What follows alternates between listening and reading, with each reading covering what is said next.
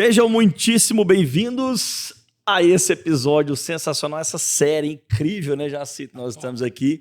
Update Alto nível, Series como você fala, né? Alto nível, a jornada, os desafios da vida pastoral. E hoje nós temos um convidado de alto nível, verdadeiramente. Senhoras e senhores, Paulo Borges Júnior, senta aqui conosco. Paulão, muito obrigado por ter aceito o convite. Que honra. E é uma honra mesmo para nós e para os ouvintes, quem está assistindo, saber um pouco mais da sua história, um pouco mais da sua vida por detrás dos púlpitos. Amém. Gente, depois que vocês passarem de 60 anos de idade, vocês vão perceber que honra é um cara, depois de 60, poder sentar numa mesa de gente mais jovem que está interessada em conversar. Então, a honra é toda minha, o privilégio, a gratidão, e é um sinal mesmo assim de esperança, renovo, consolo no meu coração. Amém. Poder falar dessa história, numa perspectiva daquilo que ela tem gerado de fruto, de bênção, de encorajamento na vida das pessoas, é tudo de bom. Um abração aí para todo mundo, privilégio. Incrível. A jornada, né? A gente colocou aqui que ela tem alguns meandros. Trajetória, percurso, itinerário, caminho, rota, andança, caminhada e peregrinação.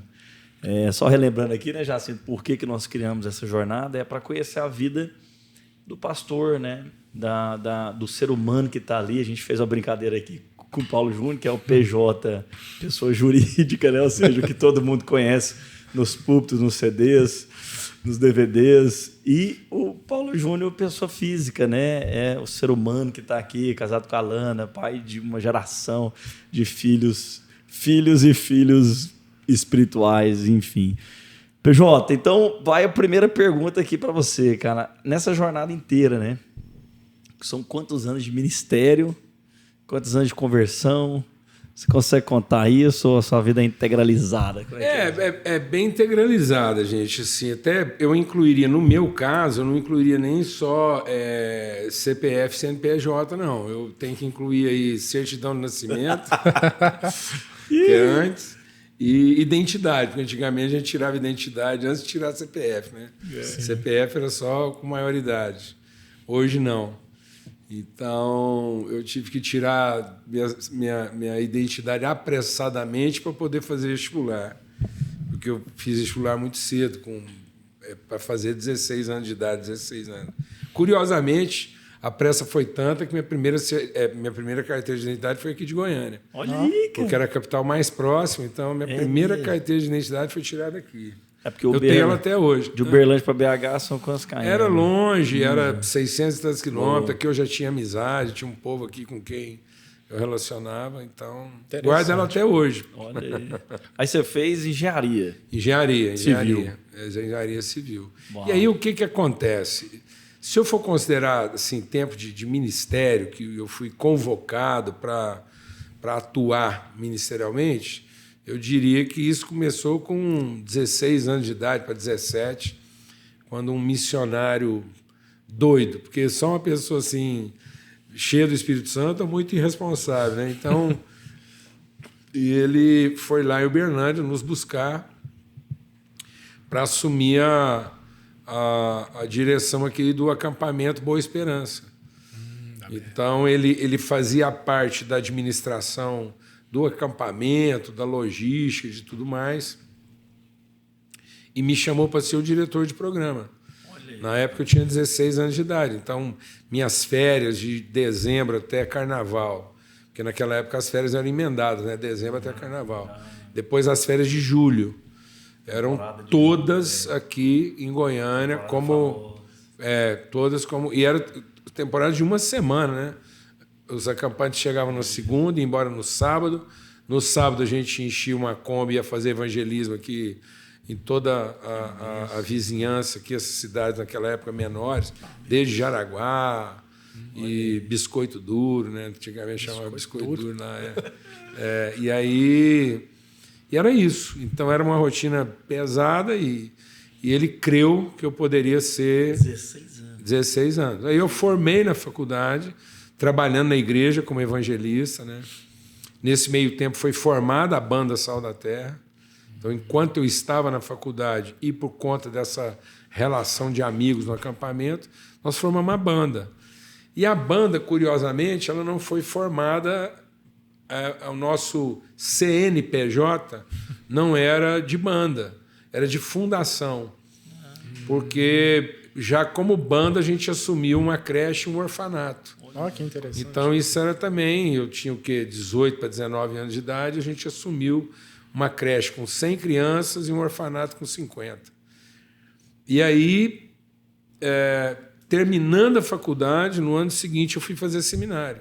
Então a gente já atuava ministerialmente, tinha um trabalho bem intenso com a banda, a gente abriu uma reunião na cidade lá de Uberlândia, que era uma reunião na segunda-feira num teatro. A gente alugou um teatro da cidade e tinha um evento lá evangelístico chamado Encontro com Deus, toda semana. Então isso era ministério, né? Porque a gente tinha responsabilidade de cuidar desse povo, eram mais de 500 pessoas lá toda semana. E aí terminei a faculdade e fui fazer o seminário. Assim que eu terminei o seminário, eu fui atuar como evangelista na igreja. Então, como ministério, começou muito cedo. Efetivamente, como pastor de uma congregação que a gente mesmo começou, plantou e tal, e aí foi já com 28 anos de idade, coincide com meu tempo de casado, né? Foi imediatamente após eu ter casado, ou eu casei imediatamente após, é tudo meio misturado. Assim. Mas por volta do ano de 86, aí a gente começou uma congregação presbiteriana, tal, né, Uberlândia, da congregação do Jardim Caraíba. Não, então a banda, ela começou... Ah, não, você começou a congregação, né? E a banda é antes. Antes, na né? verdade, a missão Sal da Terra, veio como junto missão, com a banda. como CNPJ, para fazer jus à história. Nosso primeiro CNPJ foi Fundação Sal da Terra, que depois virou Missão Sal da Terra. E a banda era um nome fantasia, né? Sal da Terra, porque a gente era eu acho que a gente foi obrigado a desenvolver uma certa simpatia ministerial, porque a banda era muito fraca. Então a gente tinha que compensar a qualidade da banda com simpatia relacional. Isso explica muita coisa, Júnior. Esses dias eu achei, até ver se a gente coloca aqui na descrição desse vídeo. Alguém fez uma homenagem ao acampamento Boa Esperança e criou uma página lá, né? E eu achei umas fotinhas suas lá, assim, de jovenzinho. Jovem, 16 anos naquele de idade, lado de lá do riozinho, lá onde tinha aqueles toquinhos lá. E aquilo lá foi o irmão daqui, o Júlio, né? Que começou um festival de memórias, julho lá e tal, que era o Louvor. Ah, sim. Então era realizado lá naquela matinha, fez um palco lá. A banda tocava lá e tal. Porque, se não me engano, o acampamento Boa Esperança ele é de 47. Isso. A minha mãe é lá desde adolescente, eu nasci, criado lá. Eu sou muito aficionado com a história do ABE. E eu fui indo atrás. Rapaz, quando eu achei as suas fotos lá, até a sua irmã, né? A Vivian. Tocava lá, fotos muito, assim, reviver a história do ABE, reviver a história da igreja local aqui, né? Com certeza. Júnior, quando você lembra dessa época lá, com tantas conversões, tudo que vocês passaram ali, você vê as pessoas hoje aqui, urbanamente falando. A igreja perdeu a cultura de acampamento e essa cultura de acampamento ela faz alguma diferença hoje, por exemplo, o não ter a cultura de acampamento.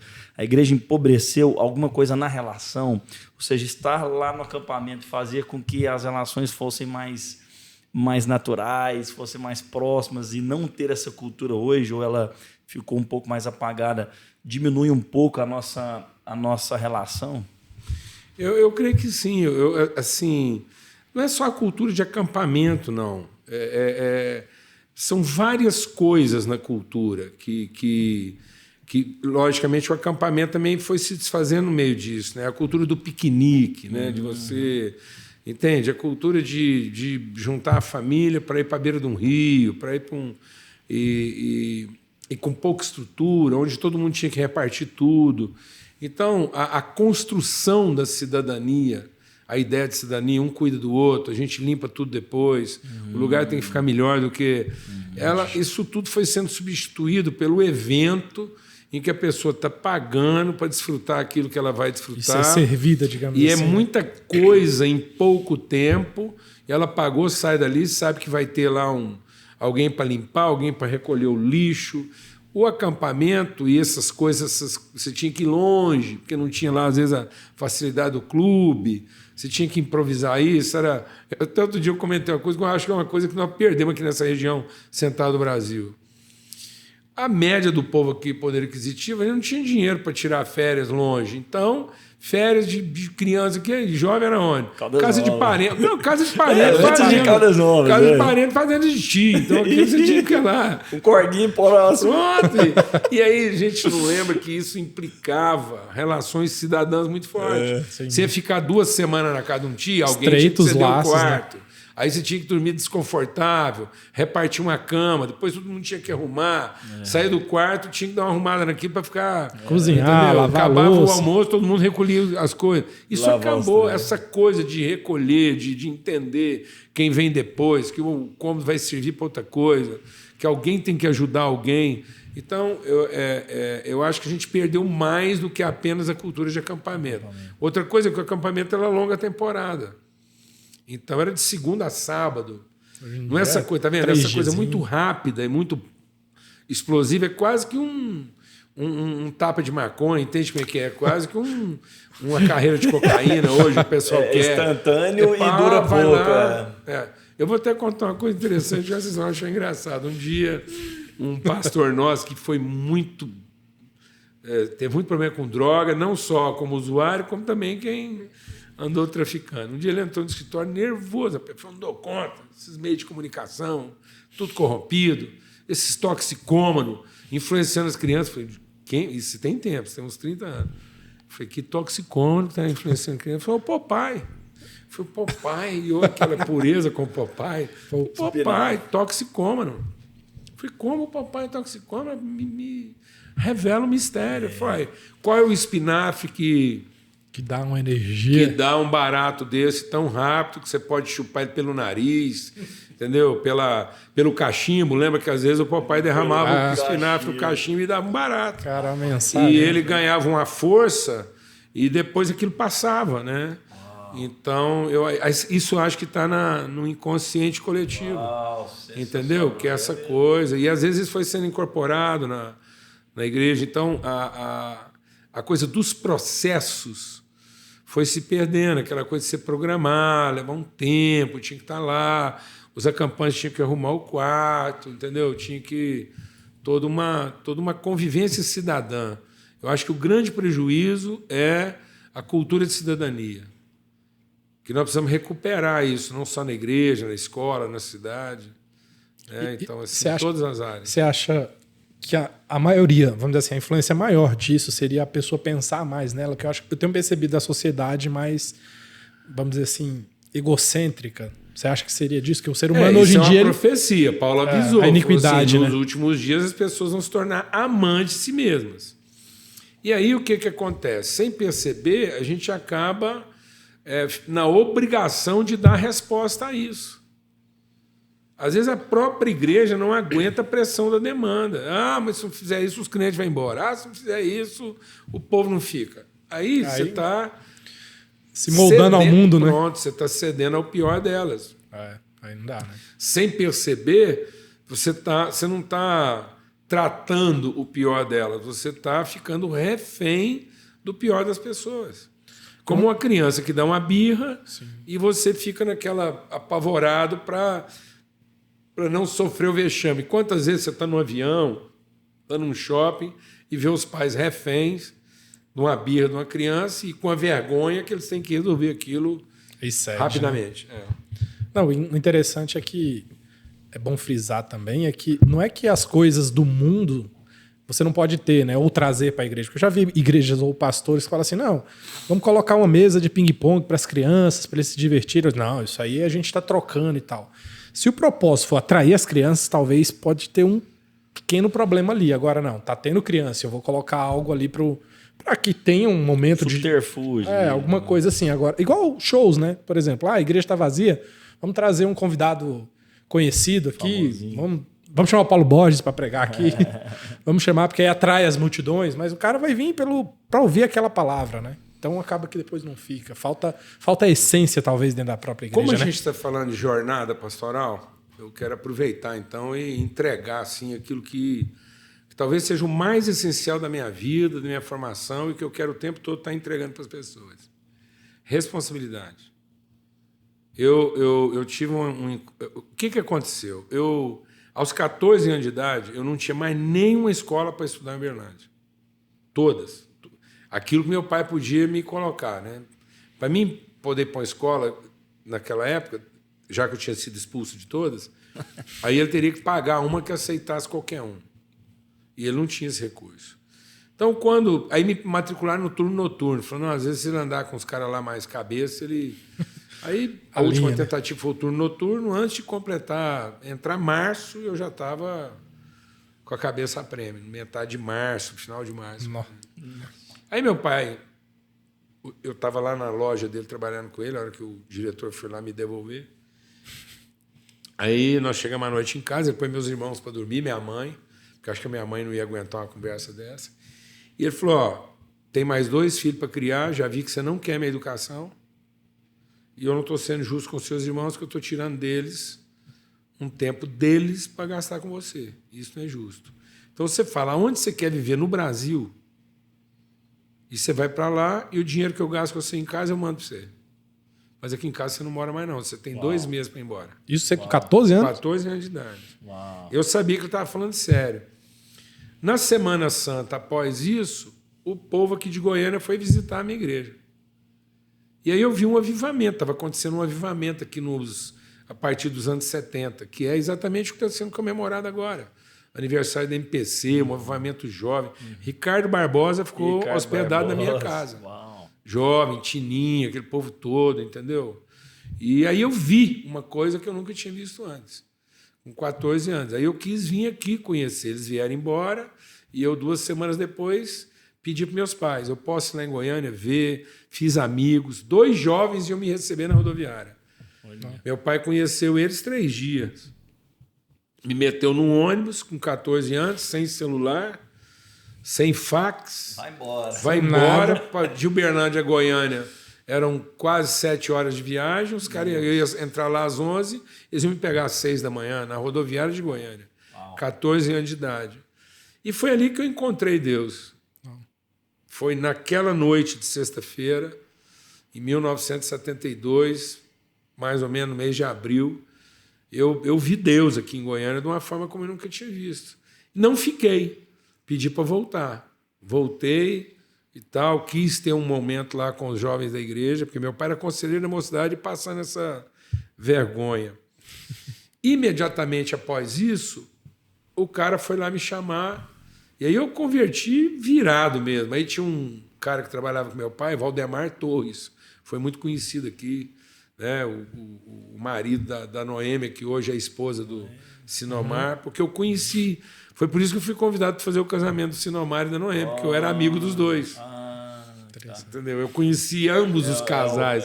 Do André. Isso, tá lá. Porque os meninos, o filho mais velho do Valdemar jogava bolinha, batia o taco, o cabo da vassoura no apartamento de cima e ia acordar Júnior, porque era em cima do meu quarto. Então, esses meninos eu conheci. E hoje tem a história, né? A Adriana aí, com o Projeto Rema.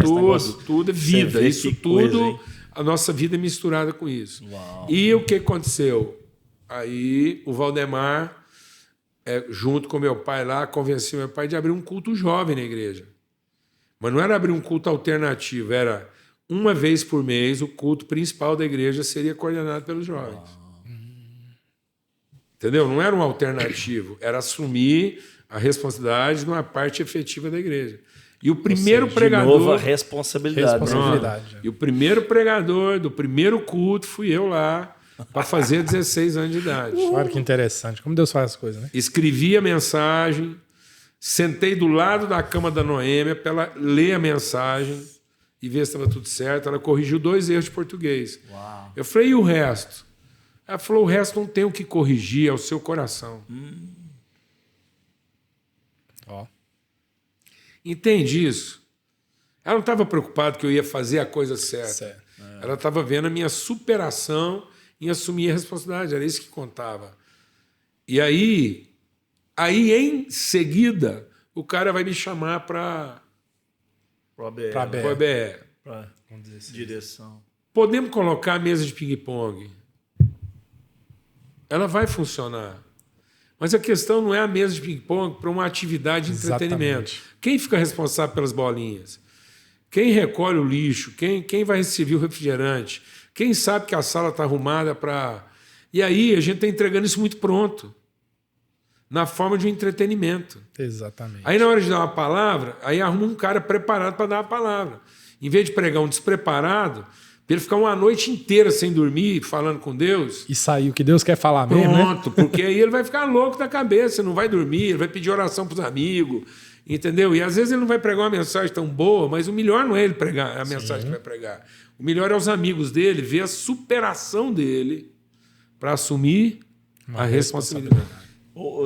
Gente, eu tô assim, diante aqui de uma. Tá passando um filme aqui na minha cabeça, né, Júnior? Assim, diante do seu ministério. Eu não sei se eu estou errado, me corrija. Assim, eu percebo, você falando agora de responsabilidades, né? A questão paternal no seu ministério ela é muito evidente. É a sua marca mais forte, assim, pensar como um pai? Essa responsabilidade que seu pai te deu aos 14 anos, você ter recebido outra grande aos 16 anos, compreender essa questão que a gente não vai ensinar um filho a atravessar a rua segurando na mão dele para sempre. Uma hora você vai soltar. Exatamente. E vai passar o frio na barriga de vê-lo atravessando pela primeira vez. Eu tive no evento que você fez, foi o Vida Boa de Pai, uns 6 anos atrás. Aquilo marcou a minha vida. Não sei, eu cheguei atrasado, gente, não tinha mais nenhuma cadeira sentada. Só tinha uma cadeira bem na frente. Porque eu e o Paulo Júnior aqui. Aí você começou falando assim: sabe por que tem lixo no chão? É porque não tem pai. Porque o pai não ensina. Então eu queria te perguntar o seguinte: essa sua marca paternal, assim, desde sempre você lidou com a responsabilidade de uma maneira responsável, ou seja, não percebeu que ela poderia ser terceirizada. Essa é mesmo a sua principal marca de ministério. Você é reconhecida assim. E na sua vida pessoal, que a gente está aqui para esmiuçar assim, a vida pessoal. Fala para a galera, quantos filhos você tem? Como é que foi essa questão paternal na sua casa e no ministério também? Com certeza. Eu creio que... e essa questão da paternidade, ela tem que ser desmitificada até da questão assim, homem e mulher. Existe uma questão de hombridade, existe uma questão da vocação da mulher, mas eu diria assim, todo ser humano, na plenitude do seu amadurecimento, ele tem que ter coração de mãe e cabeça de pai, homens e mulheres. Se emocione como mãe, sinta como mãe, tenha preocupações de mãe, assim, daquela coisa, meu Deus e tal, essa coisa de você ficar do lado de cá, atravessar a rua vai dar certo, pronto, tá bom. A ansiedade nesse sentido, no coração da mãe, está tudo certo. Porque Jesus é uma pessoa só, Cristo é uma pessoa só, que tem cabeça de pai e corpo de mãe. Ele abençoa, ele... O problema nosso é que nós decapitamos isso, a gente colocou isso e nós não estamos desenvolvendo paternidade como uma mentalidade, uma forma de pensar. Então, se você perguntar, é isso mesmo. Eu creio que eu não tenho outra vocação, não acredito em outra coisa, e acho que todo cristão maduro ele tem que evoluir para uma mentalidade paterna. Ainda que ele, por exemplo, a mulher às vezes não vai exercer isso de maneira tão objetiva, não tem problema, mas ela sabe que é filha de um pai. Ela resolve as ansiedades dela numa perspectiva da figura paterna. Porque quando Deus falou assim, farei o homem de modo que ele seja a imagem da nossa semelhança, quem estava falando isso? Um pai. Então, todo o processo da construção humana tem que culminar na consciência da natureza paterna de Deus, que é o sêmen, que é a semente. Então, depois tudo é processo para dar visibilidade a isso. A mulher estava carregada dentro do homem. Num certo sentido, antes da mulher dar à luz o homem deu à luz a mulher. Então a mulher de verdade só foi mulher de verdade porque ela teve pai, porque ela nasceu de dentro de um pai. e não tinha por onde sair. Então a paternidade não é uma coisa óbvia, não é uma coisa já que vem estruturada de maneira óbvia e aparente. Ou seja, a abertura por onde o pai dá à luz é uma abertura que faz com que ele morra para que isso aconteça. Uau. Então, é mais do que esforço, é mais do que sacrifício, é a entrega da própria vida, é onde você transmite a semente. Então, né, num certo sentido, isso, em forma de natureza, de identidade, estava lá. E eu creio que é isso, eu creio que todos têm que... Porque o que o diabo fez na nossa vida foi o seguinte, ele não tirou Deus da nossa vida. Ele só colocou ele no fim. Então ele tirou exatamente de Deus o quê? A sua condição de origem, de paternidade. Aí nós ficamos com a divindade que nos ajuda, mas não temos mais a paternidade que nos explica, que nos justifica. Então nós temos uma crise de hiperatividade, porque nós queremos alcançar muita coisa, associada a uma crise de identidade, porque a gente não sabe direito de que semente a gente veio. E daí a gente se perde para os outros deuses, dinheiro, carro, tudo, porque a gente não sabe que tem um pai que poderia nos dar tudo. Não no sentido material, mas falar assim, aquilo que a gente precisa, né? E a gente fica correndo, perdendo a nossa identidade, porque a gente não reconhece quem a gente é. Né? O próprio Jesus, ele vem fazer essa ruptura da divindade para a revelação da paternidade. A declaração de Jesus na cruz é de altíssimo risco. Porque se alguém estivesse passando depressa e pegar só a primeira parte da declaração dele, ia achar que o Salvador estava em crise. Então ele grita em alto e bom som: Deus, por que me desamparaste? Pai, nas tuas mãos entrego meu espírito. Então, se não houver um desamparo da figura divina, se não houver uma decepção, uma frustração positiva da figura divina, a gente nunca vai mergulhar plenamente na figura paterna. Uau. Então, eu creio que isso é para todos nós. Então, nós não temos outra vocação, a não ser descobrir. Quando Jesus fala, o dia que você for orar, entra no teu quarto. Né? E esse quarto não é o quarto prédio, não é o quarto. Entra no lugar onde só você entraria, ou que ninguém entra sem a tua permissão. Sabe quem você vai encontrar lá? Jesus. Seu pai. Exatamente. E o teu pai que te ouve. No secreto. Então, se nós não tivermos essa questão da volta à nossa mais profunda interioridade, Deus vai ser sempre Deus, nunca vai ser pai. Ele vai ser sempre mais associado à figura materna, que é óbvia que todo filho é filho de mãe. Sim. Todo filho é filho de mãe. De mãe você tem certeza, de pai você tem que crer. Então, a divindade é uma certeza, a paternidade é uma fé. Uau. A fé do que não é visível. Então, as raízes que se lançam, né? Então, tendo as raízes arraigadas para que o amor do pai... Então, eu creio que esse não tem muito desafio. E aí, seus filhos, assim, né? Eu acho que deve ser uma delícia passar isso, né, cara? Assim, tendo esse entendimento, isso, né? uma vez que tendo esse entendimento, falei assim, agora eu vou povoar a terra aqui, eu vou passar isso pra galera, né? Como é que foi isso, Paulo? É maravilhoso. Então, assim, graças a Deus, né, em casa, assim, lá, quando a gente fala dos filhos, a gente vamos falar da relação direta e da relação mais ampla, né? Lá em casa são 5 filhos, 4 mulheres e um homem. E a gente sempre ensinou. Quando você fala da paternidade, é interessante. Quando a gente começou o ministério lá em Uberlândia, durante mais de 10 anos, ininterruptamente, eu ensinei sobre a paternidade de Deus. Uau. Se eu fosse na igreja lá todos os domingos, que eu estivesse pregando lá, Uau. podia mudar a forma de falar sobre isso. Mas durante 10 anos a gente não falou sobre outra coisa. Então a igreja foi fundamentada no ensino da paternidade. E por isso a gente falou muito sobre adoção. Não recebemos espírito de servidão, mas de adoção. Porque todo pai é pai por adoção. Porque todo pai é pai a partir do invisível e não do visível. E aí foi isso. E E aí nós começamos a adotar em casa, muita gente na igreja começou a adotar.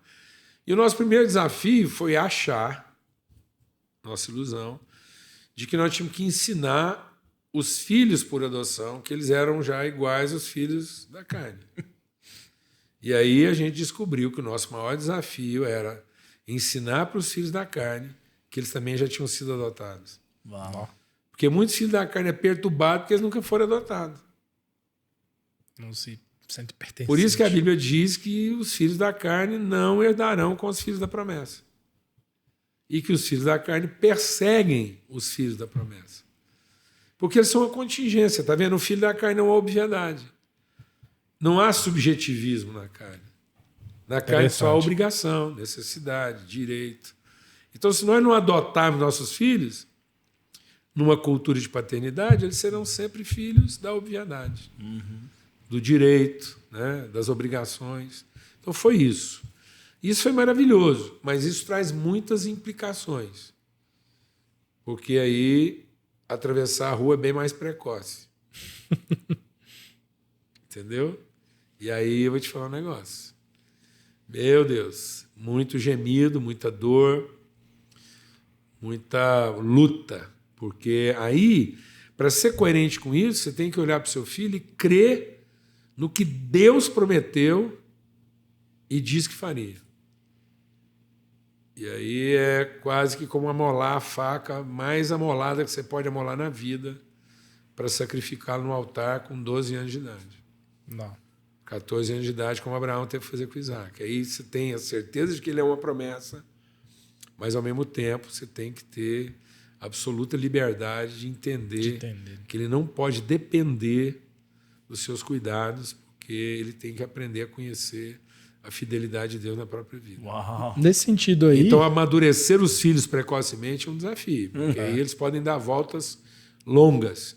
E a tentação é você sair correr atrás, ir lá e compensar e não guardar a segurança de que você pode ter todo tipo de dúvida, mas nunca duvide. Vocês vieram para Goiânia, eles com que idade? A gente veio para Goiânia, eu vim para Goiânia para ficar aqui 2 anos, em 2002 já vai para 20, né? Veio a tropa e a todo mundo, Mas a Bebel tinha 5 anos de idade. 5 anos. 5 aninhos, a Lidinha tinha 8, a Sara tinha 11 e o Paulo Neto tinha 14. E a Wanda já ficou lá, porque ela já estava casada, a Wanda tinha 20. Algum deles, deixa eu saber dessa que já citou, porque eu tô curioso, cara.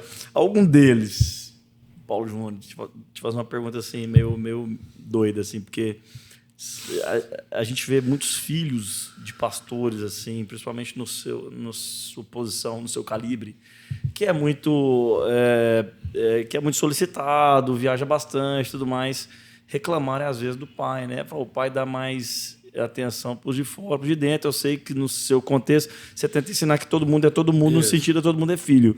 Eu vi esses dias recentemente os filhos do Augusto Nicodemos fazendo um esquema desse tipo e grandes outros pastores que passam esse tipo de coisa. Algum dos seus filhos já falou: papai, tá de brincadeira, né? Tá faltando presença aqui, você prometeu que ia brincar, não veio, viajou. Algum deles já te cobrou assim, isso? Ó, pai, você tá muito mais fora. Eu nunca tive desse problema com alguns deles, eu tive com todos. Só com todos.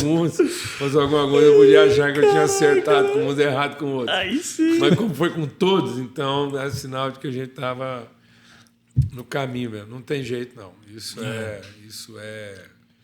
E se não tiver isso, é porque alguma coisa está errada. Eu acho que tem que haver tem que haver a transgressão. Não é uma posição confortável, tá vendo? Porque senão não é a partir do subjetivo. Seria natural, né? Isso não pode ser. A vida cristã não trafega e não depende, não se alimenta das obviedades.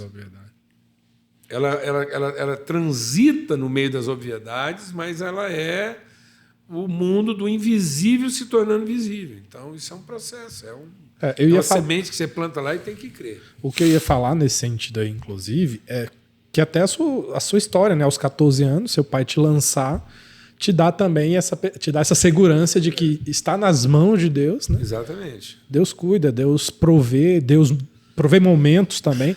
E assim, pelo que a gente vê dos filhos e tal, são muito próximos e não, como você falou, reclamaram, mas hoje reconhecem tudo que foi feito. Foi o né? aprendizado deles. E cresceram muito, talvez muito mais do que você pudesse, se tivesse lá no pé. Se né, você não correu o risco de ser mal, até brinco com o povo e, na verdade, é uma forma só divertida de dizer o que eu realmente acredito.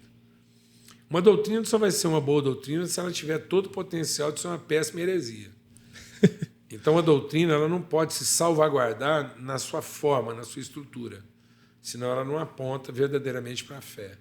Ela tem que ter natureza absoluta e referência totalmente no subjetivo, porque a fé é a certeza das coisas que não se vê. Que não se vê. Aí ela vai ganhando materialidade. Então, qual foi a pergunta do Isaac? Cadê o cordeiro? Cadê o cordeiro? Essa é a pergunta. O senhor está indo matar quem? Então, se não houver essa inquietação, quem vai ser sacrificado? E aí é o que eu digo, assim, eu acho que nunca houve na humanidade uma faca tão bem amolada quanto aquela de Abraão. Porque às vezes a gente teoriza isso achando que isso não vai representar uma dor, uma angústia. Aí Abraão, Deus proverá. Então ele levou uma faquinha descartável de plástico. Não vou precisar cortar mesmo, Deus proverá. Não é bem assim. Né? Você quer viver a promessa de Deus? Então amola bem sua faca. Porque se você tiver que cortar, que seja uma vez só, você não tem que ficar ali cortando com a faca cega. Eu acho que foi isso que Abraão pensou na última semana que ele estava. Ele não estava muito preocupado com a lenha. A lenha podia ser um pouquinho verde, entendeu? Né? Ele não estava preocupado com a altura do altar e nem se ele ia acertar exatamente o endereço. Eu acho que Abraão só tinha uma coisa no coração. Se eu tiver que usar essa faca, que seja rápido. Uau. E que isso não signifique uma coisa lá. E o filho, rapaz, daí não corta. Calma, meu filho, Deus proverá. Não Deus proverá, Deus proverá. Acho que a gente tem essa visão aqui na Sala da Terra assim, muito clara e saudável sobre isso. Assim, é suspeito de falar, mas é o que eu vejo muitos pais, pastores, retrocedendo na sua missão pastoral. Nesse momento, Júnior, eu queria saber assim, a sua visão sobre isso. Assim, a gente vê, infelizmente, né, os pais que não tiveram, a gente até colocou essa bota, assim, como que a jornada do pastor, às vezes, ela parece ser ingrata. Aí o cara olha para trás, poxa, eu cuidei de todo mundo, às vezes dá a impressão, eu cuidei de Deus e o mundo e ninguém cuidou da minha família, ninguém cuidou dos meus filhos. E agora eu estou tendo que retroceder na minha missão pastoral para cuidar dos meus filhos. Isso acontece, às vezes, pela pessoa não ter tido esse entendimento de que todo mundo é filho, de não ter ensinado, filho, o papai está indo, mas é para cuidar dos seus irmãos. Nesse sentido, assim, estou te deixando aqui hoje, mas eu estou indo cuidar dos seus irmãos. É mais por esse não entendimento e essa não clarificação para a própria família, ou é mais por uma pressão social de que o pastor tem que dar conta de tudo, ele tem que ser o super-herói, o filho dele não pode cobrar isso porque é filho de pastor, ele não pode ter as suas mazelas, o pastor não pode querer desistir. Também ia te fazer essa pergunta, se uma hora você já pensou em desistir de alguma coisa, se isso já te passou por tentação, viu, Júnior? A sua pergunta, dentro daquilo que a gente está conversando aqui, ela é muito conceitual. E pode mexer, assim, e eu creio que vai mexer em muitas, por isso, assim, o que não ficar claro, a gente volta, tá certo? Porque existem algumas coisas que estão lá no nosso inconsciente e às vezes a gente não quer ter a conversa difícil. E a gente não aprofunda a conversa. E é porque a gente não aprofunda essa conversa de pai que aí as coisas ficam mal definidas. Aí é que vão crescendo os sofismas. Tá bom. Quem são essas pessoas problemáticas que nós estamos indo salvar e que o nosso filho pode pensar que não é irmão dele? Quem são essas pessoas? São filhos de quem? Quem pôs essas pessoas no mundo e elas deram errado? Foi Deus. Então, Então Deus está chamando a gente para consertar um trem que ele não deu conta. Então nós somos melhor pai do que Deus. Não é bem assim, né? Bom, mas aí tá vendo? Então nós somos melhor. Porque aí o nosso filho pode perguntar, tá bom, mas esse povo tu não é filho de Deus? Então por que Deus não deu conta quando eram só 2? Então Deus está contando assim, está na cabeça dele que agora nós vamos resolver um problema que ele criou quando tinha só 2. O filho dele veio aqui, não resolveu. Uau. E isso está sobrando para meu pai. Porque o que isso vai mexer? Vai mexer no fato de que Deus nunca montou a relação a partir do controle. Deus queria que a gente aprendesse uma relação a partir do conhecimento e da responsabilidade. Por isso mesmo, Deus fez parecer para nós que ele perdeu o quê? O controle. Porque, na verdade, Deus acredita tanto em relacionamento, em amor e responsabilidade, que ele crê firmemente que isso é suficiente para formar relações bem-sucedidas onde não há o quê? Controle.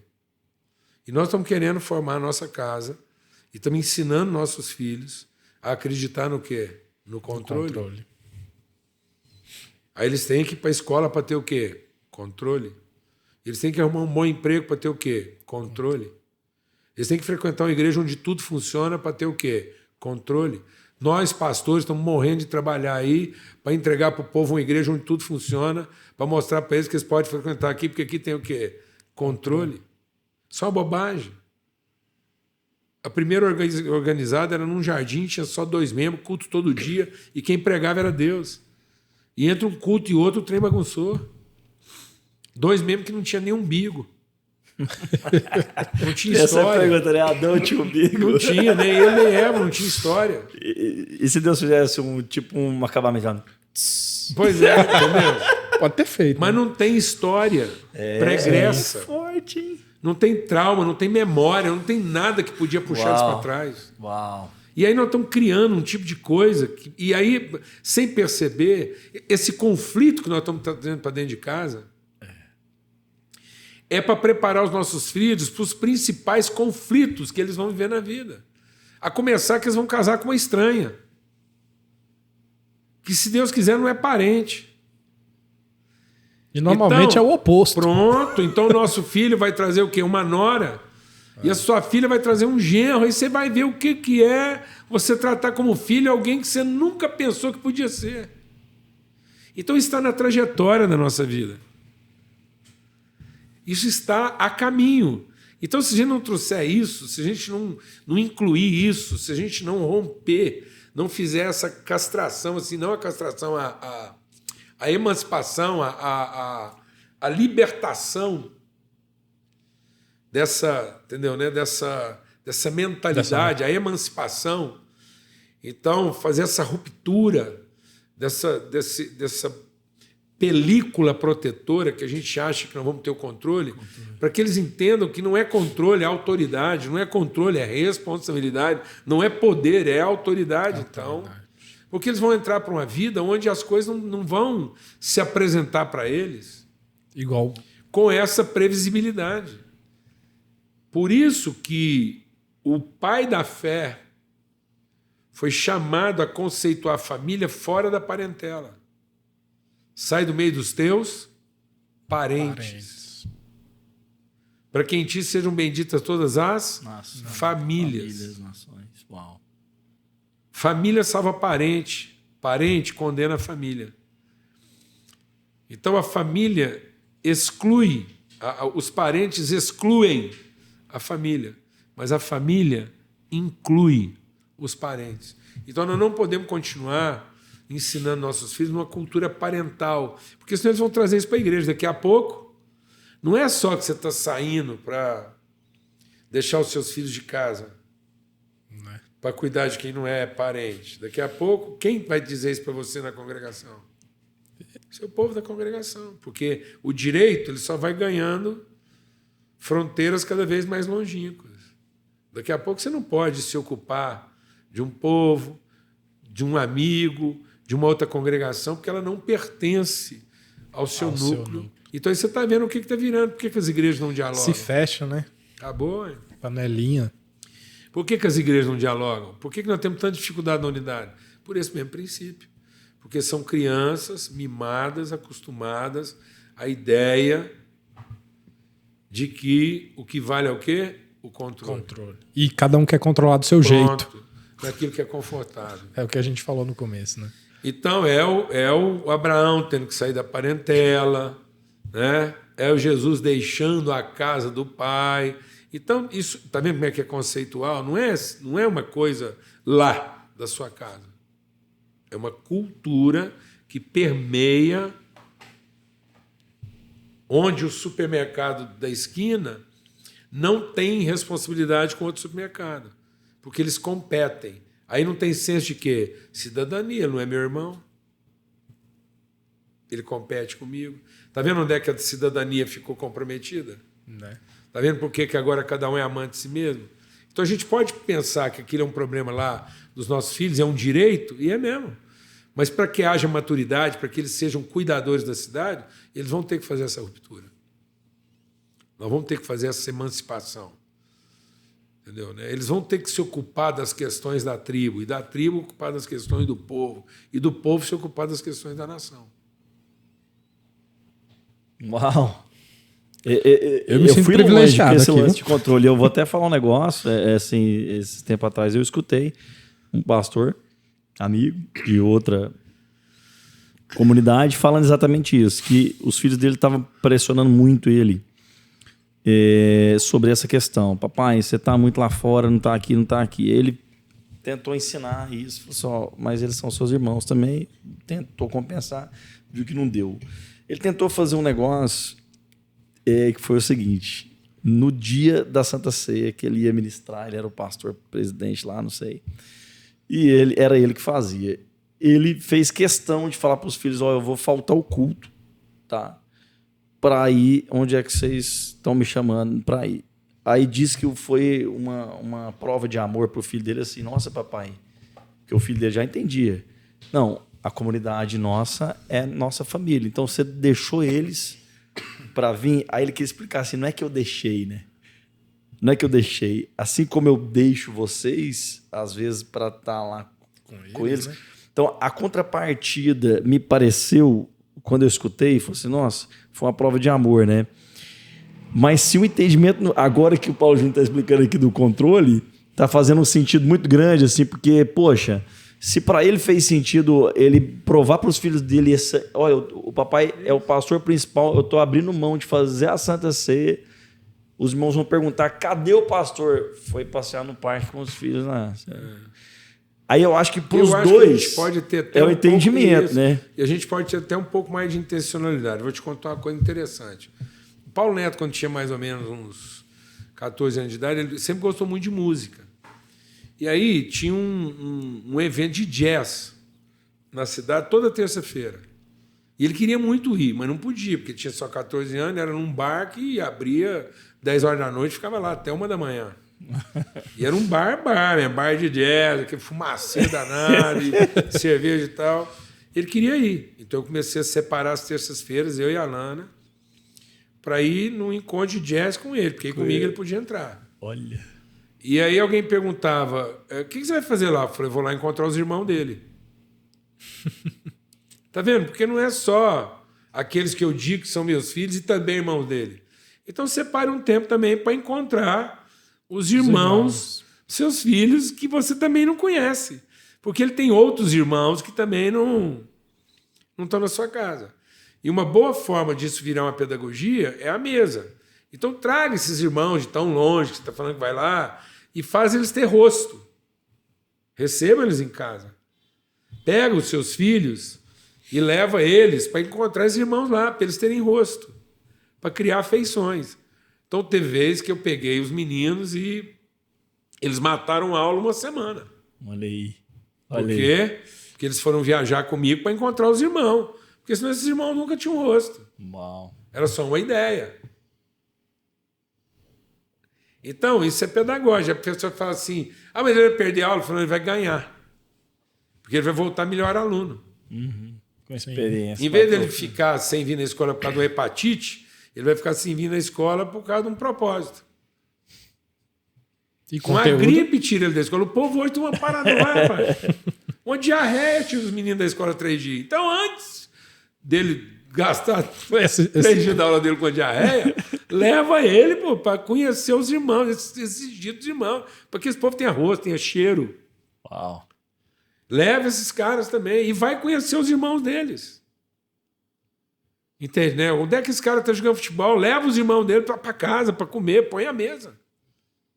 Põe a mesa para os irmãos dele, que muitas vezes não vêm para ter lugar na sua mesa. Aí, tá vendo? Aí é factível. Aí muda a perspectiva, Pronto, né? você não está trabalhando na teoria, você está trabalhando no valor. Tá vendo como é que é conceitual? E se nós não fizermos isso, eu falar, meu pai fala que esse povo é meu irmão, mas na verdade eles são filhos de Deus. Que era o problema do filho mais velho. O que o filho mais velho fazia? Fiz tudo certo. E meu pai não me reconheceu. reconheceu. Ele falou, mas é seu irmão. Eu falei, não, esse seu filho. Sacanagem. Então, às vezes, a gente fica com o resto de que Deus pode até ser pai, mas aquele cara lá não é efetivamente meu irmão. Uau. Então, nós precisamos criar esses lugares de encontro. E aí isso foi acontecendo. Até para que haja compaixão, né? Exatamente. Que Você falta- já grilou falta alguma muito. vez assim, Júnior, falar isso pro Senhor? Senhor, esse teu filho. Alguém assim já te tirou do sério na caminhada, na jornada inteira. Você falar assim, rapaz. Não teve um só, né? Não tem assim, mas quando isso acontece, né, Júnior? Assim, o seu refúgio é o quê? Você pega o carro, você gosta de acelerar. Que eu já ouvi falar, né, que você gosta de um som bem alto quando você está viajando. E viajar. Gente, nós estamos aqui conhecendo o lado pessoal dos pastores da jornada, Paulo Júnior, né? Assim, tão conhecido aí no ministério. Vamos saber.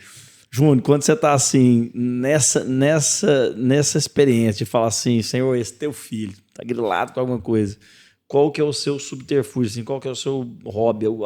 Aonde é que você descarrega? Onde é que você recarrega? Não, essa questão aí é bom de novo, separar. a gente separar as coisas aí. Quando é essa coisa assim que você está perto de bodar, assim, de você achar que o cara não é ovelha, é bode, né? Então, assim, aí eu não posso ir para a estrada, ouvir música, nem ficar sozinho, não. Olha aí.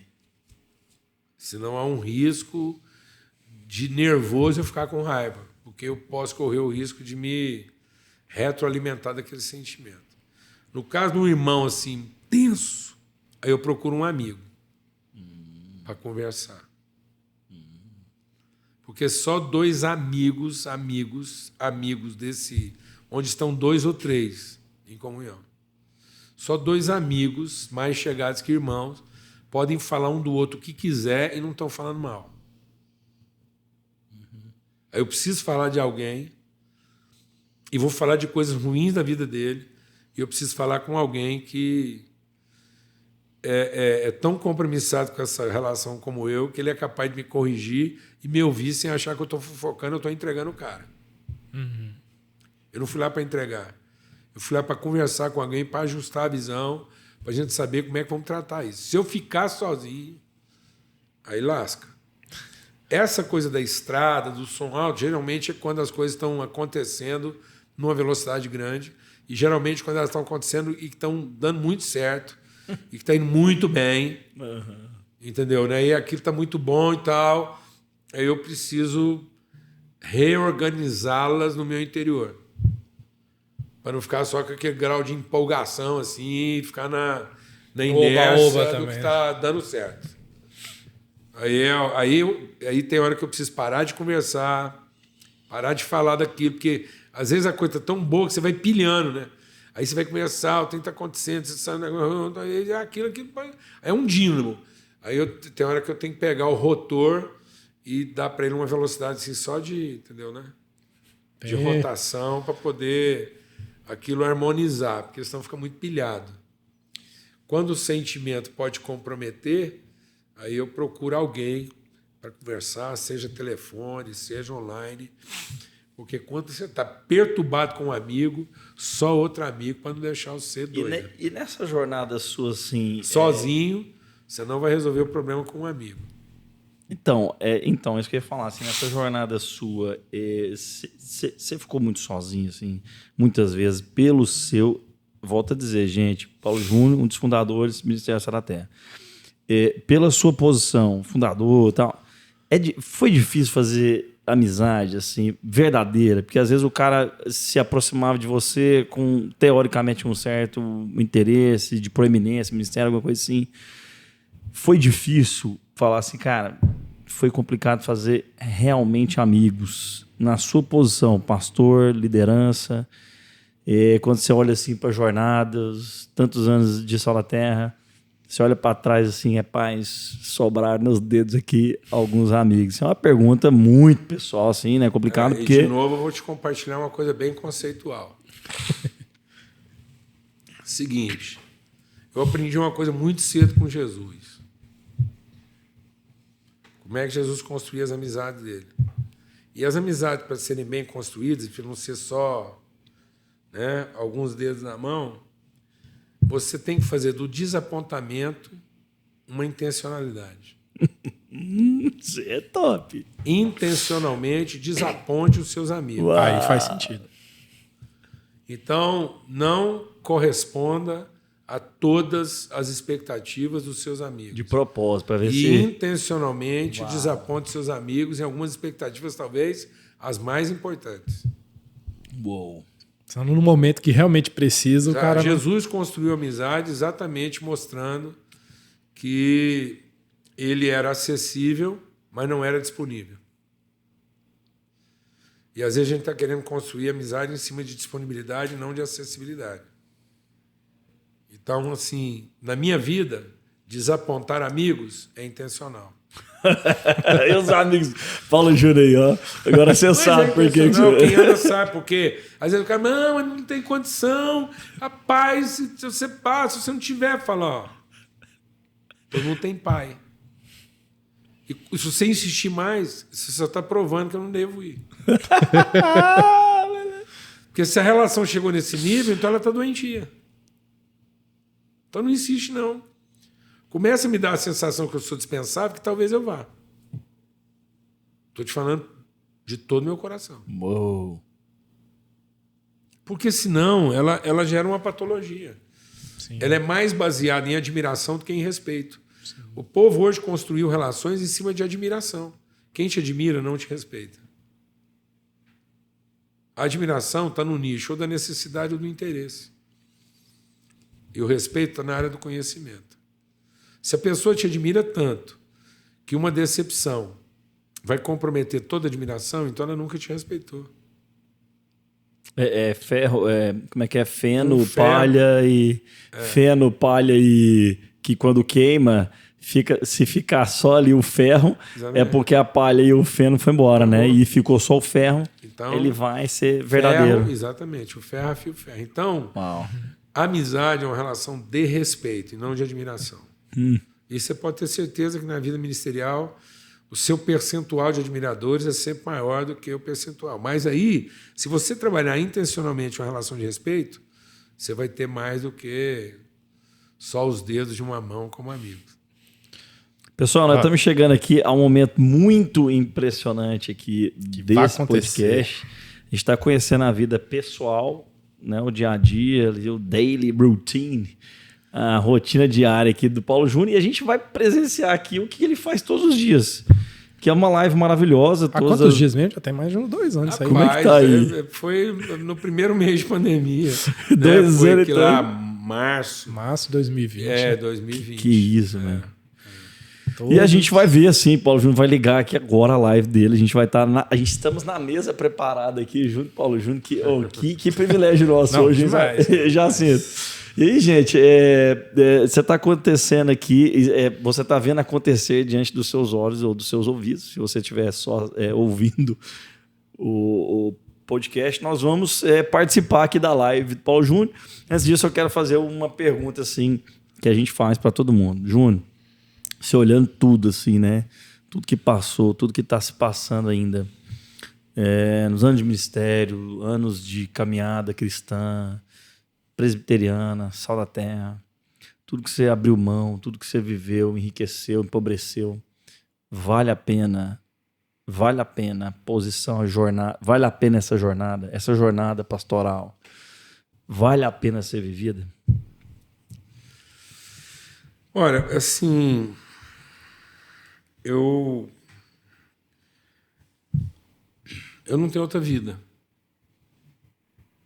É isso. Essa é a vida, essas são as pessoas. Qualquer coisa que eu mexer na minha vida para trás, já não seriam essas pessoas. Se eu tentar mexer 1 milímetro, eu não teria abraçado meu neto João hoje à tarde. Então, eu acho que não é nenhuma questão assim de valer a pena, porque eu não estava pagando por isso. É isso, é minha vida. Vivida intensamente, em algumas coisas eu perdi, outras coisas eu ganhei, mas aprendi a viver essa vida. Amo as pessoas que estão lá e fazem parte dela. Eu não mexeria em nada. Porque qualquer coisa que eu, entendeu? Um café que eu tivesse chegado atrasado, e eu não... Então, eu não controlei nada. Até aquilo que eu achei que eu estava controlando, eu estava sendo conduzido. Eu cheguei até aqui mais pelas coisas que deram errado do que pelas coisas que deram certo. Porque se tu tivesse dado certinho mesmo do jeito que eu planejei, eu não estava aqui. Então, graças a Deus, nem tudo que eu planejei deu certo. E que se tivesse dado, não era o João que eu abraçava, não era o Pedro, não era a Valentina, não era a Ana Vitória, não eram meus bisnetos, não era a Lana que eu estava casado. Eu sou casado com uma mulher viúva. Mexe nisso. Tem água aí? Minha mãe abortou. Já tem água aí, pô? Não, minha mãe abortou de uma gravidez de 7 meses antes de eu nascer. Uau. Então ela estava grávida de 7 meses e abortou. 3 meses depois ela estava grávida de mim. Então quando eu vou encontrar com uma mulher que abortou, eu falo, ó, eu não estou menosprezando o fato de você ter abortado, mas está aqui uma pessoa que não consegue lamentar um aborto. Então eu quero te dar uma palavra de esperança. Tem gravidez que dura 9 meses, tem gravidez que dura 25 anos. A do Isaac durou 25 anos. Entende? Eu acho que a gente, de novo, volta à questão do controle. A gente está tão preocupado em controlar o que vai dar certo que a gente desaprendeu de conhecer Deus na nossa própria vida. Então Deus não é para ser entendido, Deus é para ser conhecido. Faz muito tempo que eu deixei de tentar entender minha própria vida, de tentar entender a Lana, tentar entender meus filhos. Eu quero conhecê-los, conhecer a mim mesmo, conhecê-los e conhecer Deus dentro da nossa história. E são tantas coisas que, se feitas do jeito que a gente idealizou, não é aqui que a gente estava. Então, valeu ter vivido tudo isso. O que foi pena e o que não foi pena.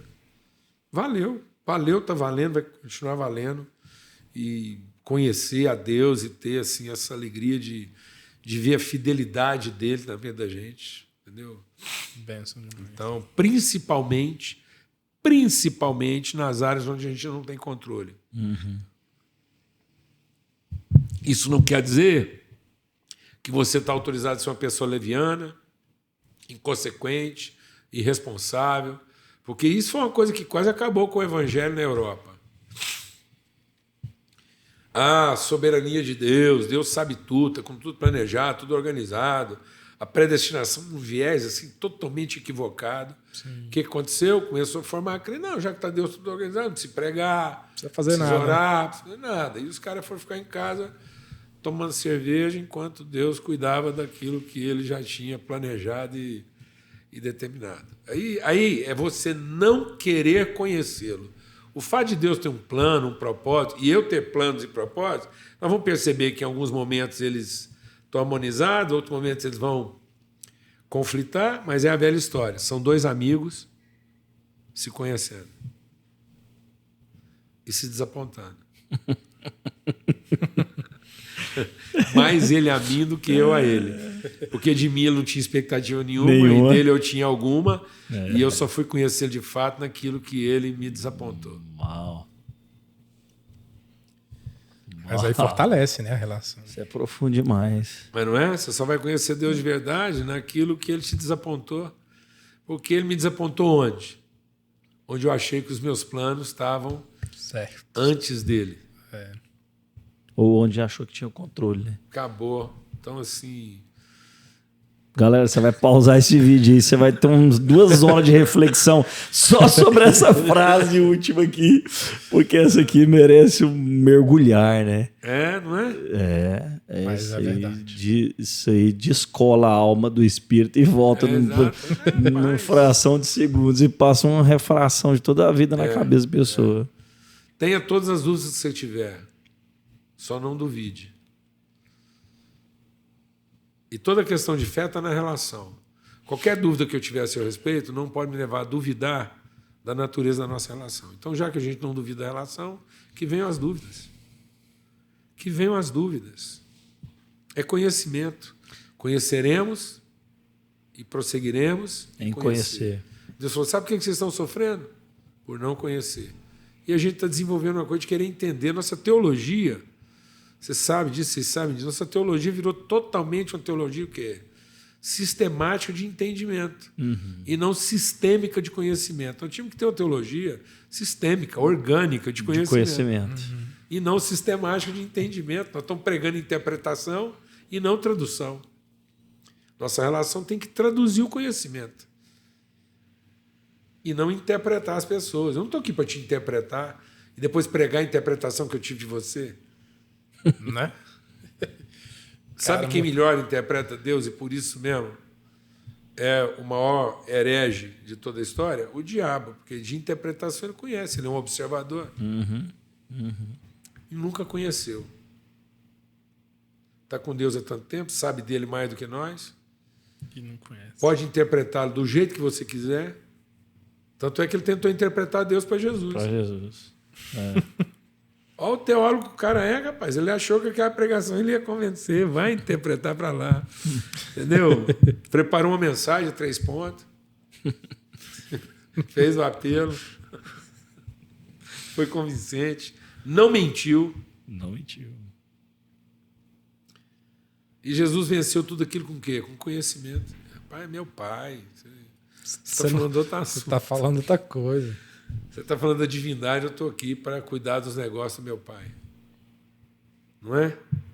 Graças a Deus. Então, vamos lá? Vamos lá, entra aí. Vamos ver aqui como é que vai ser isso aqui hoje. Vamos ver nessa alegria eu aí. Estou animado aqui. Também, pai. Não, isso aqui a gente vai ter que assistir. A gente já vai. Família, graça e paz. Bem-vindos aí a mais uma mesa preparada na viração do dia. Eu estou muito alegre aqui porque eu estou batendo um papo aqui dos mais benditos e maravilhoso, sendo muito edificado aqui.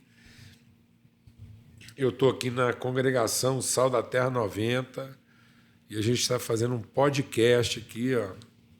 Jacinto e Vitor. Update mais serious. Acompanha lá depois, viu, pessoal? Você vai ouvir falar Pronto, né? Vou até deixar aqui assim meio episódio. gravado. Então, por favor, você faz aí um print da tela agora aí. E depois você entra aí a partir desse update endereço. Mais. Quem está nos assessorando aqui, nada mais, nada menos. Fala aí, meu irmão, dá um tchauzão pro povo aqui, Tiago. Tiagão, alto nível. Pronto. Não, aqui o negócio está lá em cima. Aqui o negócio é água com gás, velho. Água, entendeu? E a gente está conversando aqui sobre jornada pastoral, estamos compartilhando aqui perguntas sobre a nossa vida, a nossa história. Então, vamos fazer o seguinte, nós vamos continuar. Então, como é uma mesa, então hoje a mesa preparada na viração do dia está acontecendo aqui nessa mesa. Uma mesa de amizade, de irmãos que querem se conhecer. E nós vamos continuar com as perguntas, vocês vão participar, vão ouvir as perguntas e participar da conversa. Então, agora, o Mesa Preparada vem todo... Os irmãos e irmãs aí vêm sentar com a gente nessa mesa aqui. Nós já estamos com 1 hora de conversa aqui, vamos continuar. Agora tem que continuar pelo menos mais a meia hora aí. Vamos. Nós já estamos com engatilhado aqui. E vai ser muito legal a gente poder conversar aqui. Aí eu vou ficar com o rosto aqui meio de lado, mas tudo certo, tá todo mundo entendendo aí que a gente está... Eu vou falar alto aqui, dá para eles verem a pergunta. Tá tudo certo aqui, tá bom? Júnior, já estava falando aqui de paternidade, né? Exato. Queria que você comentasse uma coisa polêmica que você falou o dia, que é Deus é pai, é filho e é mãe. Tem o aspecto de mãe. Comenta aí pra gente um pouco a função Deus Pai, função Deus Mãe, que se completa e pode ser uma inspiração para nós aí. Amém. Isso a gente, às vezes, a gente não quer aprofundar, né, na questão dos conceitos, aquilo que Deus ensinou pra gente. Então, quando Jesus diz, eu sou o cabeça e vocês são o corpo, né? Então, todos os órgãos de execução estão no corpo. E todos os órgãos de definição, percepção, identificação estão na cabeça. É como se a cabeça não executasse nada, ela só orienta, percebe, define. Então é visão, audição, é fala, né? É cheiro, é pensamento. E depois isso vai para toda a parte executiva, que é o corpo. Então, você tem essas figuras lá, você tem homem e mulher, pai e mãe. E a própria palavra de Deus diz, a igreja é nossa mãe. Paulo, escrevendo aos Efésios, define a igreja como nossa mãe, que é aquela que vai nascer de Jesus. Então, a gente tem isso tipificado lá no Jardim do Éden. O homem pleno foi feito. Deus criou. Homem e mulher, macho e fêmea os criou. Então, o ser humano, como pessoa completa, está definido. Então, não são dois entes humanos convivendo. É o mesmo humano ser revelado em duas expressões distintas. Então, o homem e a mulher são expressões da mesma pessoa humana, tanto que ele foi formado, né, primeiro o ser humano. E aí a mulher não foi lá formada da mesma jazida. Deus não foi buscar buscar mais argila para formar uma mulher. Onde estava a mulher? Estava dentro desse humano ser. Então, a mulher é uma expressão distinta da mesma pessoa. Ela ganhou agora essa condição de expressão, que é o que Cristo vem fazer. Então, quando Jesus veio ao mundo, onde é que estava a igreja? Dentro dele. Assim como Adão foi aberto do lado, quando estava dormindo, e aquele que dorme no Senhor, aquele que morre no Senhor é como quem dorme. Então, Adão estava tipificando a morte de Jesus, que dormiu, e de dentro dele Deus tirou o quê? A igreja. Água e sangue, espírito, palavra. Então, é dessa substância da sua interioridade, da sua identidade, que a igreja foi formada, para ganhar uma expressão por obra do Espírito Santo. Então, quem é a mãe? É a comunhão dos santos. É a obra do Espírito Santo, é aquilo que Cristo vem formar a partir do sêmen depositado por Jesus. Então, ele é a semente, ele é a palavra, ele é o verbo que foi lançado. E, como ele é um grão lançado na terra, ele tinha que morrer para não ficar só. Mas, quando ele ressurge, ele vem trazendo consigo seus irmãos. Então, é bom a gente entender isso. Quem é a mãe? Não é a igreja instituição. A mãe é a igreja comunhão. A comunhão dos santos é o ambiente agora onde outros filhos de Deus são gerados. E onde eles também são providos. Enquanto criança, são providos pelos mais velhos. E nesse ambiente de comunhão, eles são estimulados a amadurecer.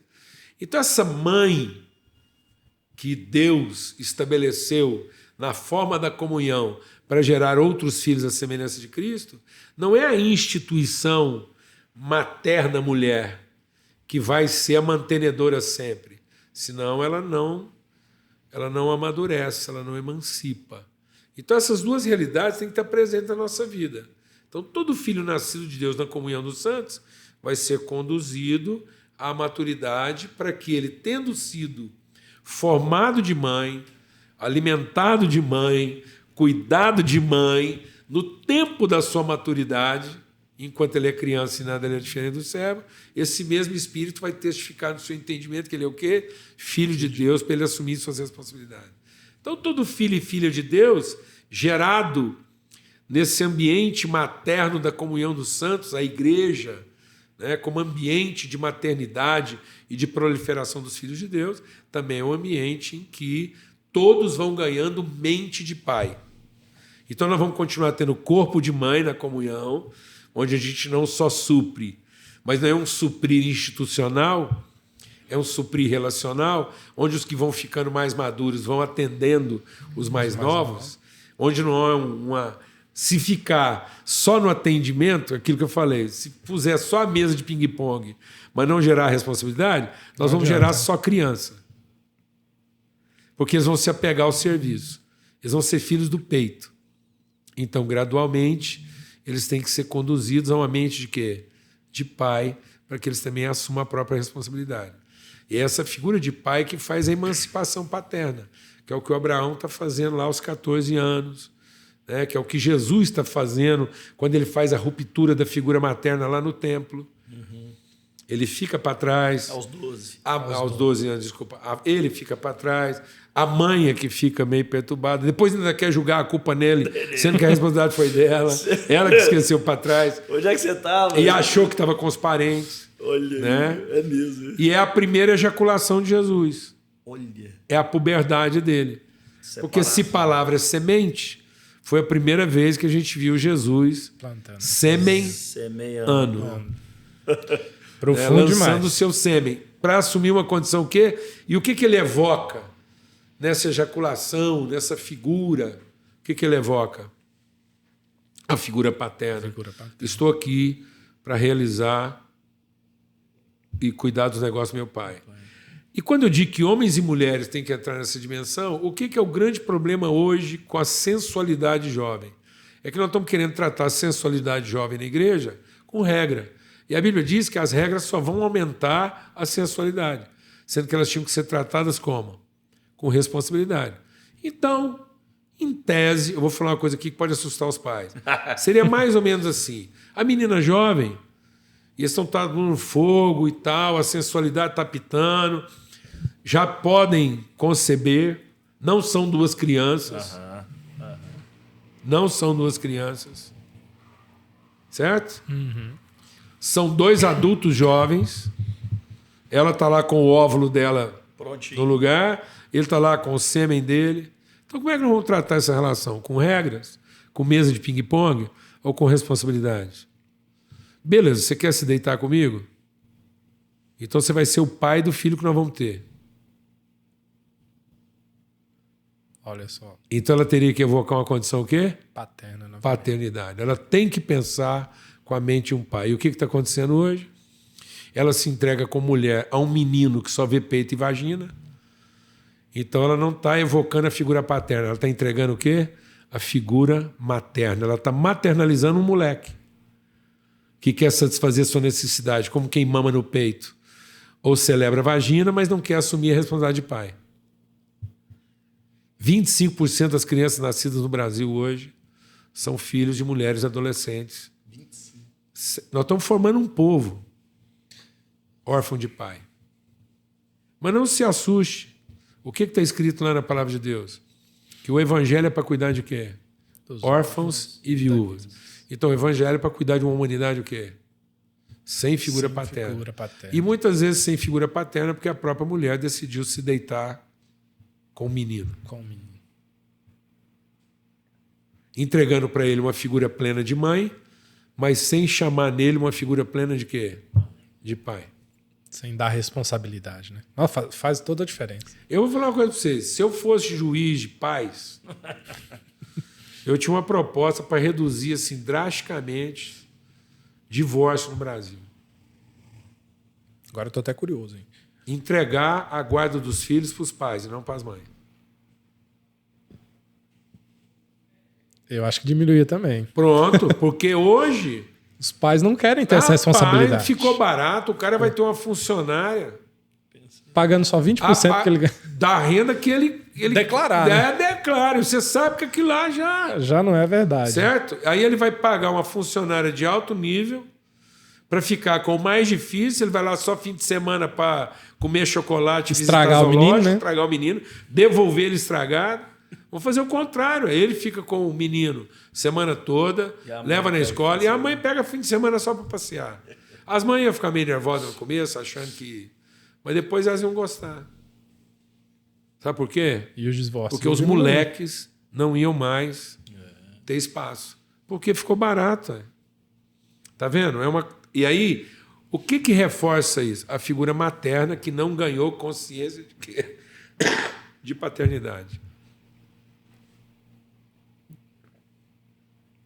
Então, todo ser humano vai evoluir. Se ele for muito bem cuidado por uma mãe, mas ele foi introduzido na vida por uma figura de pai. Isso vale para homens e mulheres. Júnior, hoje qual seria a principal função? Eu sei que é complicado a gente falar isso, o Deus Pai e o Deus Mãe na figura do Espírito Santo, né? Porque quando perguntaram para Jesus quem era a mãe dele e os irmãos, Exato. Ele falou assim, minha mãe e meus irmãos são quem fizer a vontade do Pai, né? Olha que doido. Quem vê a mim vê o Pai, quem está aqui... Então, a principal função dessa figura paterna, né? É então entender os dois, é entender o pai e a mãe numa... E sempre entender a mãe na comunhão, porque o que acontece? Qual é o processo da bem-aventurança? O pai vai prover o alimento, e aí alimento vale para aquilo que eu falei, né? O que seria a função da cabeça? Não é mandar, é orientar, é dar condições de crescimento e desenvolvimento, não é controle, é orientação. Então, o pai traz o pão, ele tem uma família bem alimentada. A mulher transforma todo o sacrifício e esforço doméstico em gratidão, em alegria. É quase como se fosse o amor e a graça. A mulher faz com que toda oferta e sacrifício seja o quê? De natureza espontânea, porque ela não é uma empregada, ou seja, ela não está parindo filhos do serviço, como Abraão e Sara pensaram que podia ser. A grande tentação é que Deus está fazendo uma promessa e nós estamos colocando um escravo no lugar. Então, muitas vezes, nós estamos permitindo que a escrava se deite no lugar da esposa. Aí ela não vai gerar vinho, ela vai gerar vinagre. É a mesma uva sendo espremida, mas uma é estéril, é astringente, e a outra não, é a alegria. Então, a mãe representa, antes de qualquer outra coisa, a alegria. O pai representa a orientação e a mãe a alegria, porque tudo faz sentido. E aí isso vai combinar no quê? Num óleo de cura. O óleo servia para dar autoridade, então nossos filhos teriam autoridade, porque teriam óleo. Nossos filhos seriam sadios emocionalmente, espiritualmente, porque tem óleo. Então, o mesmo óleo que era usado para ungir um rei, era o mesmo óleo que era usado para curar uma ferida. Então, nossos filhos representariam a autoridade da comunhão que cura. Não. Então, nós temos filhos sadios, porque todos eles teriam autoridade, e essa autoridade viria da comunhão. Aí, beleza, então aí nós temos a bem-aventurança. Pai, Filho, Espírito Santo. Amor, graça e comunhão. O que a gente fez? A gente interrompeu a salvação na graça. Então, hoje a gente prega uma graça que salva o indivíduo, mas não promove a comunhão. Porque o Espírito Santo ficou na atribuição de dar poder para o salvo e não garantir a comunhão. Então, muita gente está buscando o Espírito Santo na igreja para ter poder de continuar se salvando. Sozinho, né? Isso é tão grave que está lá na nossa confissão de fé. Creio em Deus Pai, creio em Deus Filho, creio no Espírito Santo e creio em quem? A igreja hoje não é mais objeto de fé. Ele é objeto de expectativa.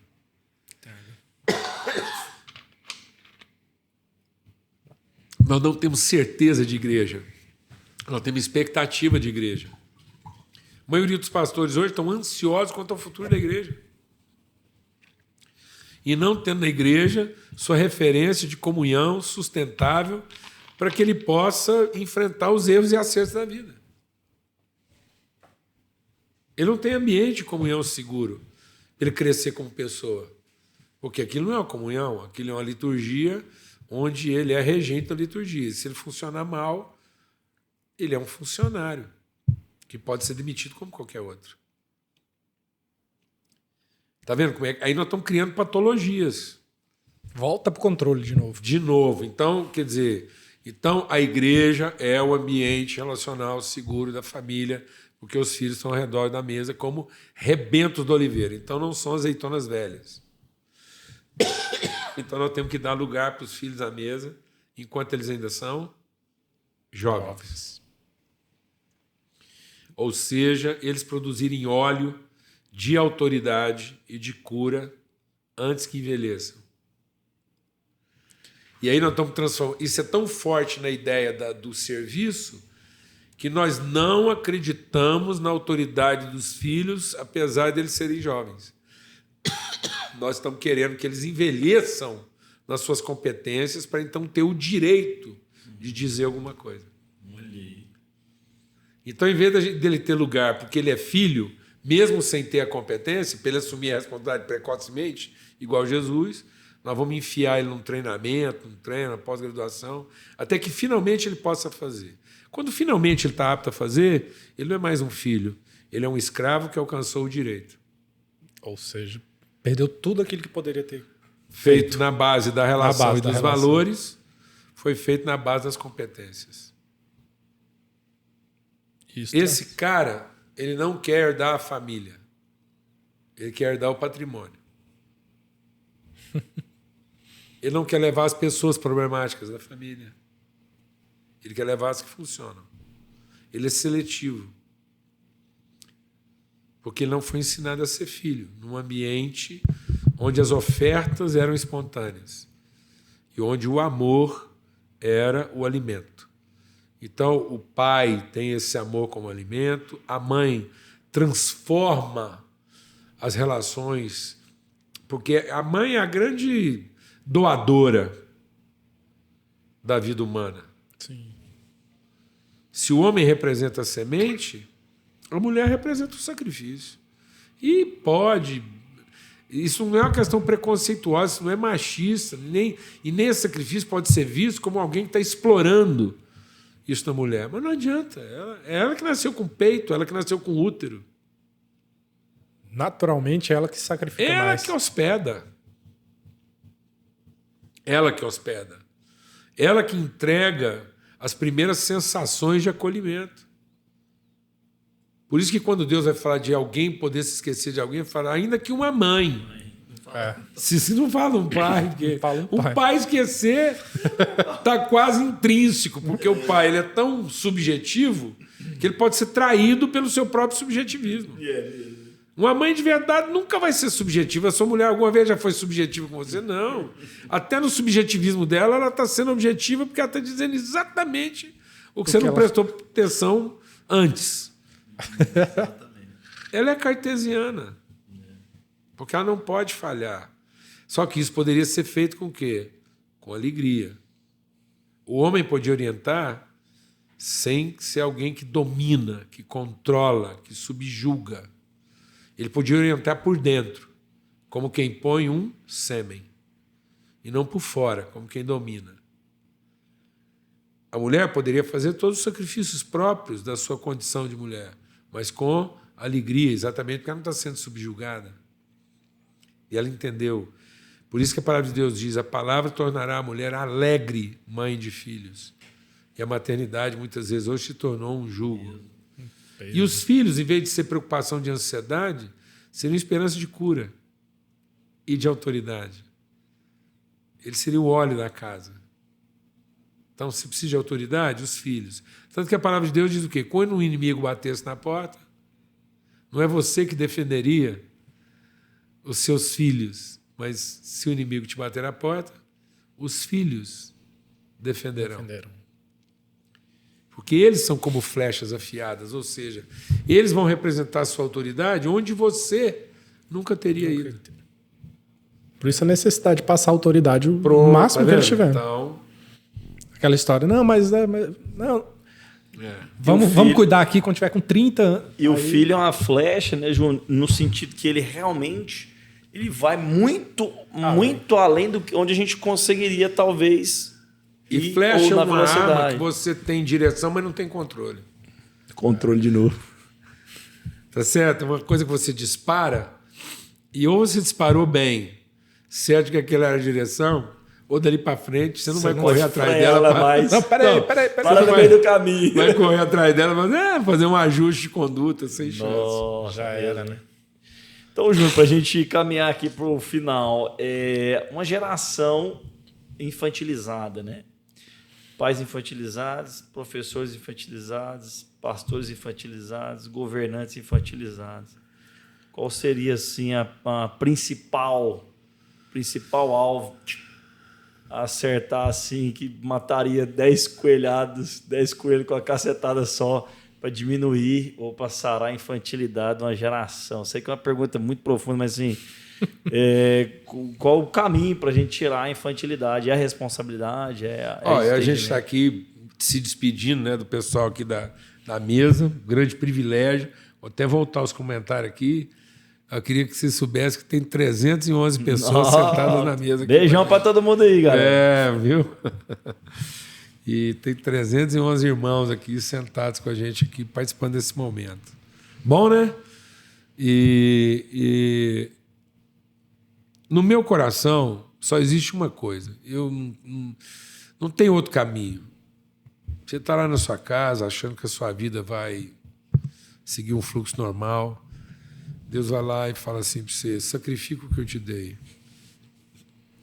Precocemente. Não controla ele até ficar velho. Para você ficar seguro das suas ansiedades.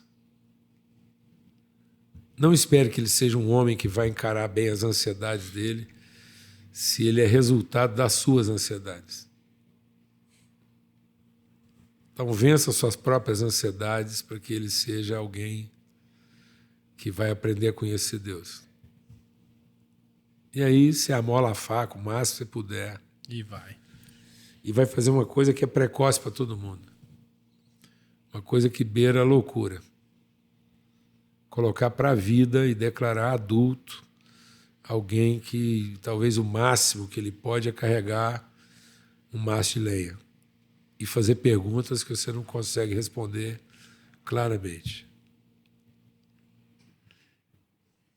Não espere responder todas as perguntas, não espere que ele faça as perguntas certas, não espere que ele consiga carregar mais do que... É nesse lugar de precocidade que a gente conhece verdadeira responsabilidade. Então, eu não tenho outra coisa para dizer, outro apelo para fazer, a não ser assumir esse risco. O risco. Se fosse assim, Jesus tinha vindo ao mundo adulto. Deus não teria colocado o filho dele, bebê, à mercê de uma sociedade que maquinava planos de destruí-lo, de achar onde é que ele estava e acabar com ele. Desde antes de nascer. Pronto. Então não vamos esperar esse ambiente. Não vamos esperar, não vamos achar que o mundo vai ser transformado a partir de um ambiente seguro para os nossos filhos. Mas o mundo vai ser transformado a partir de homens e mulheres bem resolvidos para um mundo inseguro. Não vamos trabalhar o ambiente. Deus mostrou para nós o melhor dos ambientes. Não salvou uma casa que não pagava conta de luz, não tinha enxurrada, não tinha terremoto, não tinha nada. Um ambiente absolutamente controlado, onde tudo funcionava. E isso não garantiu. Nós estamos ficando loucos da cabeça, nós estamos tentando recriar o Éden, achando que o Éden vai salvar o homem. E, na verdade, o homem, gerado por Deus, pode salvar a humanidade, ainda que ela esteja no inferno. Por isso, as portas do inferno não prevalecerão contra a igreja. Então, ainda que um filho nosso ou uma filha nossa tenha que descer ao inferno, eles aprenderam muito cedo a assumir a responsabilidade de ir até lá, sabendo que quem chamou eles para isso vai fazer com que eles sejam bem-sucedidos. E aí, é só. Amém. Nós, como líderes, assumimos esse risco. Nós temos que assumir o risco de que alguém fique desapontado. Nós não podemos continuar refém das expectativas de quem quer que seja. Amém? Amém. Então, esse é o único recado, essa é a palavra aí. Esse é o esforço da mesa aqui, né? Então, em paz. E aí, irmãos, vai ficar salva. Eu vou só... Um minutinho aqui para me salvar. Pode, por favor, fica à não. vontade. Galera, enquanto ele salva, dá aquele curtir, porque, cara, hoje foi tremendo. Acho que dá até para dividir em 2 episódios aqui, que ficou top demais. Gente, é isso, assim, esses episódios da jornada estão realmente profundos, né? Mais do que a gente imaginou, né, Jacinto? Abraço, Fabão, e ao nosso cabeludo tá aqui de trás. Esse episódio foi um oferecimento Gin Locadora, a sua locadora de veículos aqui no estado de Goiás. Júnior, muito obrigado pela sua participação, sua disposição, sua profundidade, que é sempre brilhosa para o nosso coração. É o vaso usado pelas mãos do oleiro. Então, muito obrigado. Alegria, gratidão, um abração para todo mundo. Sejam firmes e perseverantes. Não retrocedam, o que vocês estão fazendo é maravilhoso. Amém. Viu? E sejam firmes, constantes mesmo, porque nosso povo está padecendo, né, de revelação. Então, valeu estar aqui e contribuir de alguma forma. Muito bom. Update mais renovação e atualização. Essa foi a série Jornada. Até o próximo episódio. Um abraço a todos vocês.